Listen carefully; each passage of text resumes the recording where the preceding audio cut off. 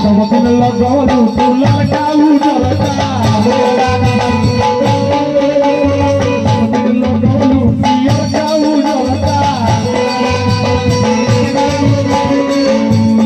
याद लगलो सफेद का हे लगलो सफेद का हे याद लगलो सफेद का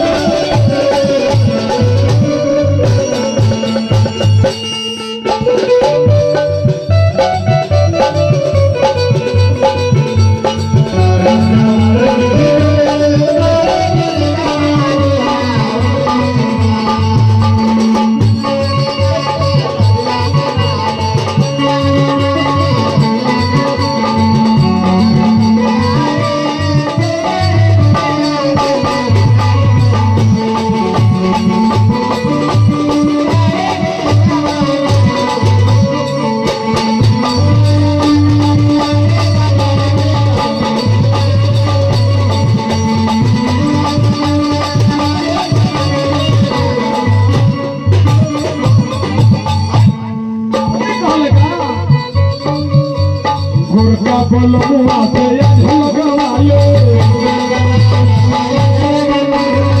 मन बोही नाचे आज दूध खाले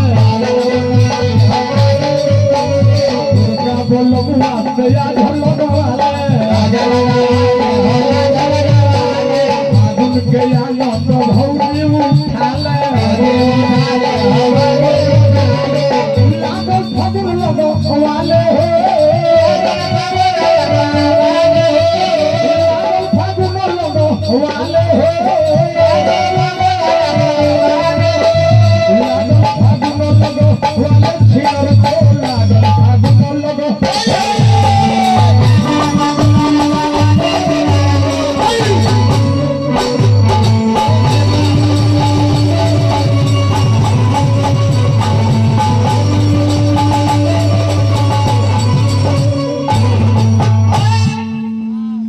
कह के भाव हम बबुआ कैसे कहले हो ऐसे हो भौजी करी के बिना